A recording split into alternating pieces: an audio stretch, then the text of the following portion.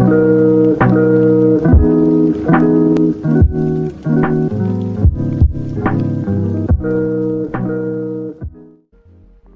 folks, how's it going? Rash here, and welcome back to Mr. Cards and Castles TV commentary. It's been quite a while since we've done one of these, but of course, if you guys are familiar with how the CNC ranking system has been over the last few weeks and months, you would kind of know the reason why. TV became a little harder to view. Not a lot of matches were actually showcasing inside of the game, which was difficult for content, obviously.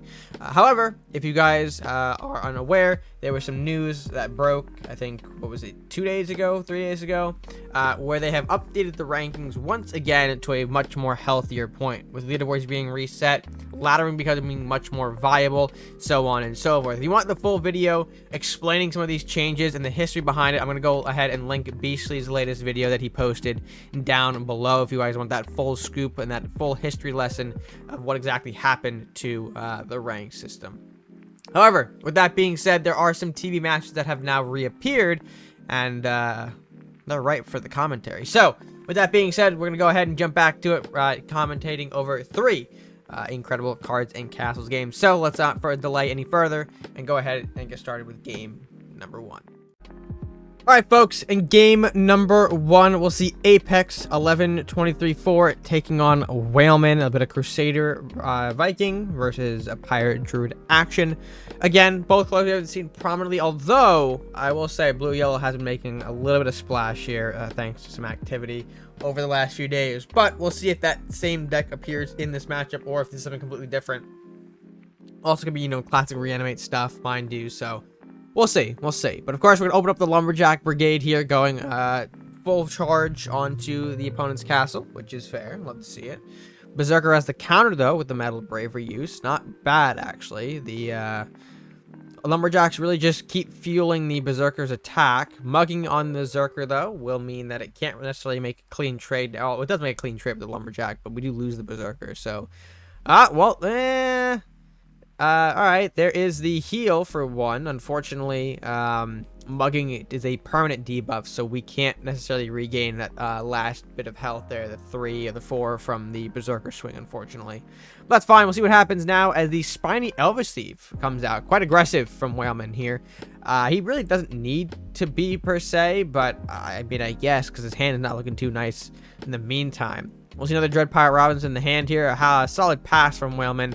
The Cannibal Barrage not going to really do much here on this turn, so I'll simply go ahead and give it back. He can do a Barrage here if he so desires. It's not going to do a whole lot in the long-term scheme of things, but it does buy him a little bit of stall here, so that way maybe this Dread Pirate Robinson can get out a little bit of an attack here. Monk going to go ahead and charge out. Swift Justice as well from Apex. Interesting main deck choice. I don't believe there's any sort of minor spell value that has been acquired throughout this game, so to see Swift Justice in the deck is interesting. Robin's going in now, shooting for 5. Bear Hog being summoned as well. Chopping the Monk down for a bit, which might be a way to get Dread Pirate Robins to kill it. I'm not sure. Armory going to come out from Apex now. Of course, the Drake and the Monk moving in, delivering a solid 9 points of damage. And a Plea of Righteous from Apex as well for follow-up. Very nasty, very brutal, especially considering the bodies that he put those on as a 5-6 and a 4-5. Wolf going to come down now. Wolf should clean up the Monk thanks to the Wolf buffing ability here. And as you can see, yep, going to go ahead and clean it up nicely. Although Swift Justice is going to be able to take out the last of the Wolves here, so Wailman can't use it to pop or to kind of keep it around for the remaining Drake, unfortunately. Green Drake going to go ahead and chop into the House of Daggers, interestingly enough, opting to not take this additional free face damage in the meantime. Wailman probably going to go with the Arc Druid here. Yep, he's got 2 of them. Better you start using them. Opting to not engage, though, keeping the Spirit Links on the board here, forcing Apex kind of have to get rid of them himself using the Paladin and the Green Drake. But following up some big pressure, Salahar Soldier, Rune Warrior, and the Dwarven Paladin all coming down the line. And this feels like it's a pretty overwhelming situation for Wailman. Not a whole lot I think he can do with this given hand, unfortunately. As you can see there, going to pop into the Green Drake. Another Arc Druid coming out here. Not opting to attack, though, yet again, which feels a bit wrong, especially considering you could do a couple bits of trading here at the very least. But I think he wants to kind of keep it around for the Spirit Link value here. Yenneroth opting to freeze everything on the board here. I think a big mistake here by Apex. He probably could have mathed out of the situation, or at the very least, committed some trades to the board before actually swinging in with the Yenneroth to kind of freeze the rest of the board here. It feels wrong.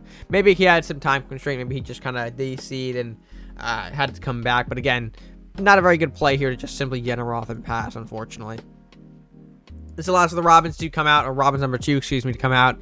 Pop the Green Drake, pop a Mercenary Execution onto the Yenneroth, pass it back to Apex here. Now, of course, Apex still has all of his units frozen. Delivers a Courthouse, which is not bad. But, of course, the Wraith will follow up as well. So, yeah, just another big body to really just push for more damage here. And wailman, despite having 17 gold here, is going to have his hands full, taking out a lot of these resources here. We see the Robins pop into the Dwarven Paladin. Of course, the damage negated by the Trent here. Adaptive armor going down as well. Tree running up there. Beautiful. I mean, why not, I guess. Pack of Wolves coming down. The Sea Witch as well. Kind of misplays here, though, and doesn't go for the tree removal down here. She easily could have ran up, popped into the Rune Warrior to kind of kill it. I think he might misjudge how the Spirit Link works, maybe, and assume that we might see a little bit of electricity going on over here. This is not what's going to happen. The Rune Warrior will come down, probably punch one of these guys, and the chain will connect to all 3 of these units. So he just gave him some free value, unfortunately.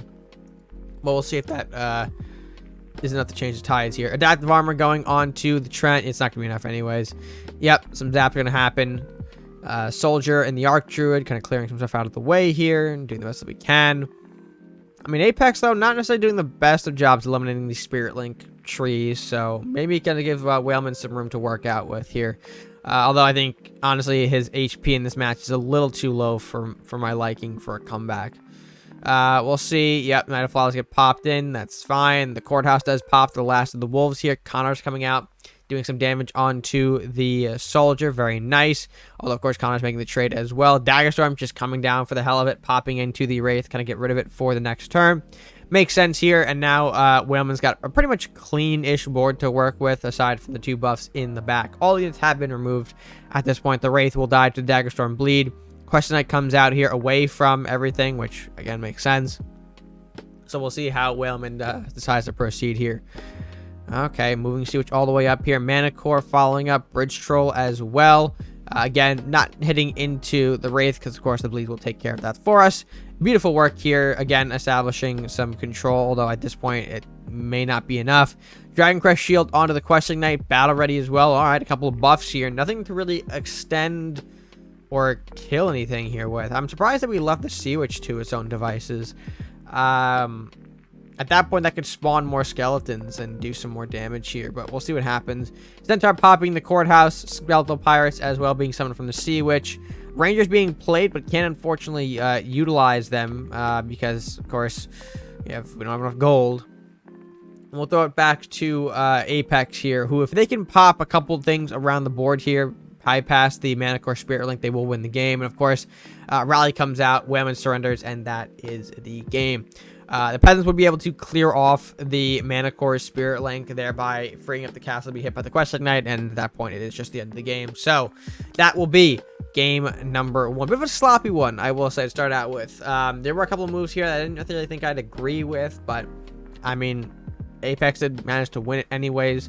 I think wailman was a little too aggressive in this matchup, kind of kept throwing all of his resources at the wall here instead of preserving some things, which, of course, in the long run, definitely hurts you.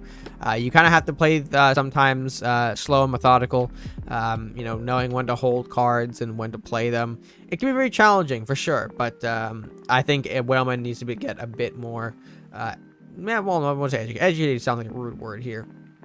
I think he needs a little bit more practice with it, that's all, probably. Anyways, congratulations again to Apex for winning that matchup, but let's go ahead to match number 2 and see what's lying in the wings. All right, in game number 2, we'll see a returning favorite, SegFaulty, appear yet again against kiebasypower. Ninja matchup here as Ninja Druids take on Warlock Ninjas. So we'll see what both players have in store for us. Kiebasy on this side looking a bit interesting, I will say. A couple of Awakened stuff, but also Flames of Eternity. We don't really see that card a whole lot nowadays. I wonder what he's doing, taking it into this deck specifically here. but we'll find out, I guess. Kibasi now able to run in with the Salahar Soldier. He might hold it back, though. Yep, meditation being played on the Soldier for now to create a bigger, stronger boy. How will Seg respond here? The Wizard play coming out on a turn or two with help of the Medallion. The Medal of Bravery, if you will. And now I have a 5/6 Soldier here, opting to move it back at the time being. Major Apprentice being played as well. Not bad, holding back the Soldier here. We can't really deal with the Wizard right now, so we're going to have to just ease into it, be methodical about it. Lumberjack trading into the Salahar Soldier, slightly boosted from the Blacksmith, not too bad. Bestial Rage, that's a hell of a pickup for the Mage Apprentice. Very powerful spell. We'll see if Kibasi can utilize it in some kind of way here. But for now, moving some things around, repositioning as you will. Ninja training, though, from Seg into the Throne of the Emperor. Alright, so Seg potentially with some bounce ninja shenanigans here. Most likely companions, considering that he's playing the Druid variation here. Being able to bounce back Centaurs and Spinies for big damage. And things like Beastmaster. Beastmaster falling to the Flames of Eternity trap card. Very nicely done there. That's going to be a big blow for Seg's deck, unfortunately. Because Beastmaster is one of those prime bounce targets. You can create 2 beasts. Bounce Beastmaster back to the hand. And, you know, not risk any of your beasts dying from outside interference on Beastmaster. But we'll see if Seg can recover. He has a Centaur, it looks like.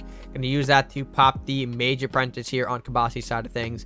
Horseman now going to go ahead and make a trade with that said Centaur. Again, taking away another bounce target is potentially huge here for Kibasi. If he can keep picking off the bounce targets when they hit the board here, he'll be in a much better position, so that way Seg can't really utilize the Throne of the Emperor that he's placed down. Shaman, though, coming out here. Wizard being buffed by the appearance of Fat Bard as well. We'll see if Kibasi decides to. Yep, he will pop that Shaman again. It is another bounce target, so it makes sense here that we as to why we remove it here. Panda, though, coming out, hitting the board here. Thankfully, not hitting the Wizard of all things. Instead, hitting the buffs, which makes sense. It's pretty good that he did do that. It does take away, or it forces him to replay a lot of the buffs here. But, of course, Seg delivering a massive turn with the Shadow Slip on not only the Wizard, but the Beastmaster as well. So, of course, everything getting that +2/+2 buff back into the hand, including 2 of the beasts that were spawned off of said Beastmaster. So, very, very dangerous position for Kibasi to be in. Bearhog going to come out now with the Rampage, popping the Lumberjack, able to pop into the Soldier, which is an interesting card to choose in this scenario. Wizard being popped in again for another 5 damage. Shadow Dance, bring it back into the hand. And this is where the deck gets gross. A continual bounce of cards like Wizard and Beastmaster to create these unfair positions on the board. It's incredibly brutal to watch. And we'll see Forbidden Scroll now coming out. Thankfully, will be a nice little savior for Kibasi, being able to replay the Panda, popping the Wizard and the Bear back into Seg's hand. And, of course, reestablishing his board into a much more beneficial state for said following turn. Blacksmith, though, and Wizard going to come out now. A new Wizard, mind you. That one is weaker, I believe. Actually, was that the... I forget if the Panda bounce negates the throne. I think it does, if I remember correctly here. So not only do we actually remove the 2 units, but we, of course, made them a bit weaker. So a big plus, again, off of the Panda. Oh, sorry, let's go ahead and continue the matchup. Bestial Rage now going on to the Mordok here. Yeah, we knew this was in the hand. We'll see how well. Yep, gonna use the Horseman to pop into the Bear for free. That's pretty nice. Another Horseman popping. The Castle would like to see they hit the black, so you know what, this is fine as well. Some trading going on here, some castle damage. Swords moving in as well. Sleeping Dojo, because why not? I mean, we have the swords in hand. This was a big turn for Kibasi to reestablish himself onto the board and make a big fiery comeback. Beastmaster, though, for the time being, will make an appearance. Oh, all right. Horseman popping the other wolf. Beautiful, nice. Shadow Dance again, though, onto the Beastmaster. He'll probably be able to replay that. Yep, there it is. Bear Hogs, sure. Not exactly the best in the world, but you know what happens. Ninja training for more draw.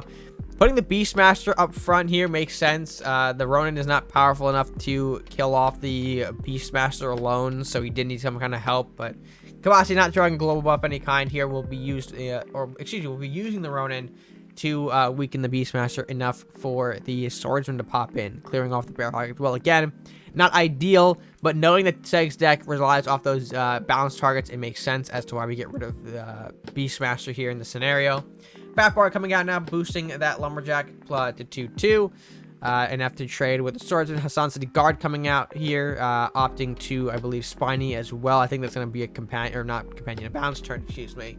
And yeah, there's another Shadow Slip. So bouncing back the Bard, the Spiny, and both sets of guards here, or both guards for an additional set of guards, is pretty gross indeed. Of course, the dojo being popped by Seg is important.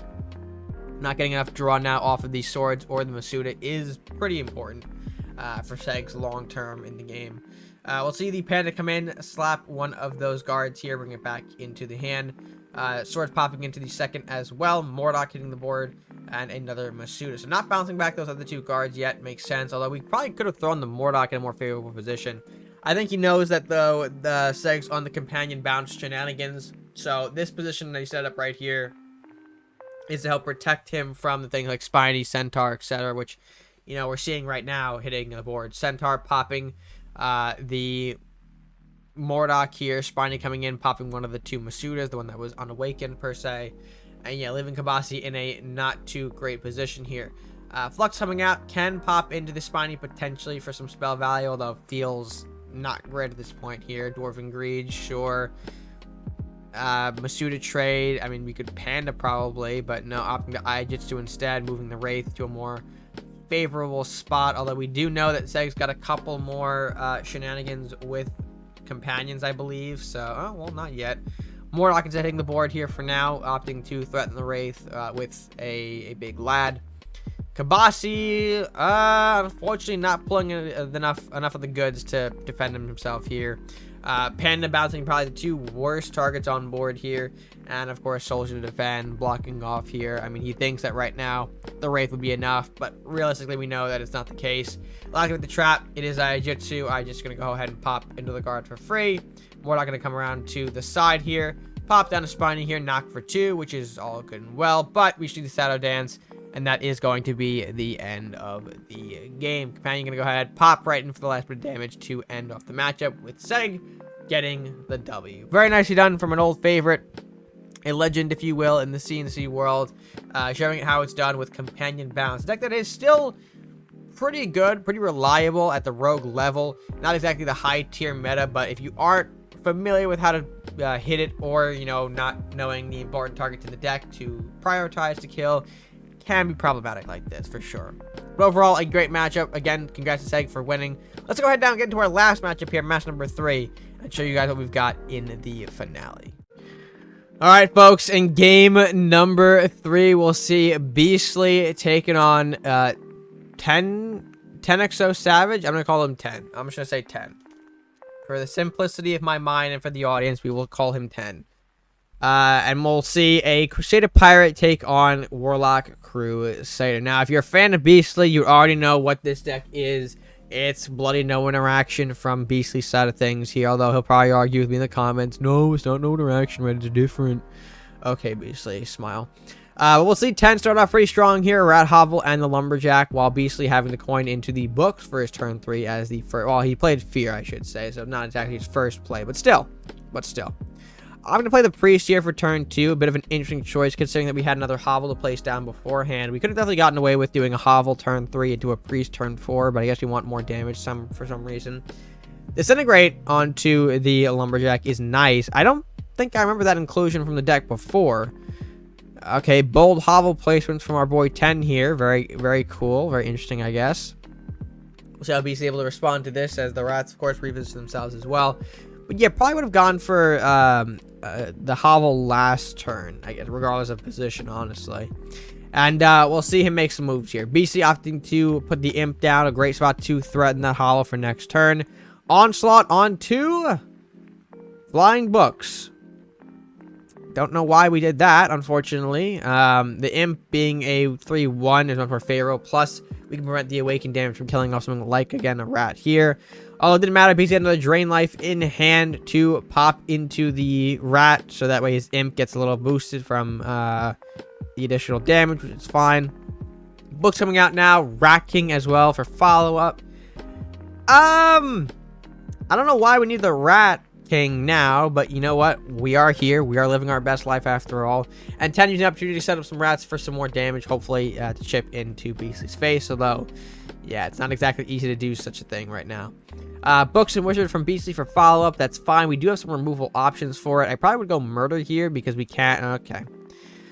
Let's say we could go Murder here because Wizard is on the less than 5 HP scale, but Sure, I guess we want the gold for whatever reason. That's also cool. Horseman coming down. Horseman going to pop into the hovel, but not removing it because, of course, we did put that extra +1 from the priest. So very nicely done there. We'll see how Tejano, Jesus, I don't know where I got that from. We'll see how 10 responds. I apologize for that. I don't know where that came from. Anyways, putting up the Mordok is 10. Gonna go ahead and set this big boy up for some more damage. Drain life onto the Rat Howl with Darkbender in the back, leaving the Mordok open. This isn't good per se. Armory coming out here, sure. Gonna go ahead and pop into the Mordok. I don't know what beast you're thinking here. Horseman popping the Horseman. Horseman hitting the Darkbender. The murder being played on the Darkbender, and this is a massive, massive swing for 10 here. Now with Mordok on face, it's gonna be really gross, allowing this to kind of just keep hitting in face. BCS have removal now. Fear is a cycle, but not exactly a removal option. Another Darkbender going down. Another Drain Life. That's 3 Drain Life this game. BC, that is not enough. What are you doing? Oh, no. And there's the Arbiters. So I think, hold on, let's do the math here. 5, 3. Oh, that's game. Play the Arbiter, and that's game, my friend. Okay, that's not exactly Arbiter. You need the Arbiter to swing into face to end the video. Sir, hello. Beastly, you're being BM'd on? Beastly, are you getting the spicy BR? Well, he has an Arbiters. Arbiter coming down, smacking the Armory. Again, the correct play there, taking away the global buffs from a lot of the weaker units, making them 1/1s. Lumberjack coming out now, trading with one of the rats. Yep, I guess, sure. Doesn't want to give 10 any draws, so he will decide to not swing to the Lumberjack, if you will. Daggerstorm coming in now, popping. Oh, no. Popping the Darkbender, of course, with the 2 rats. And, yeah, Beastly's going to scoop it up, surrender, and move on. 10 with a big W over Beastly. You know, when I first saw this, I didn't think I would see Beastly walk away with the L here. But you know what? I found it funny that I think Beastly might have been a little too bricked up in this scenario. We saw, what, 3 Drain Life, 2 Darkbender. Not a whole lot that he can make some big burn progress with. So, and especially when 10 had another Arbiters and hit anyway.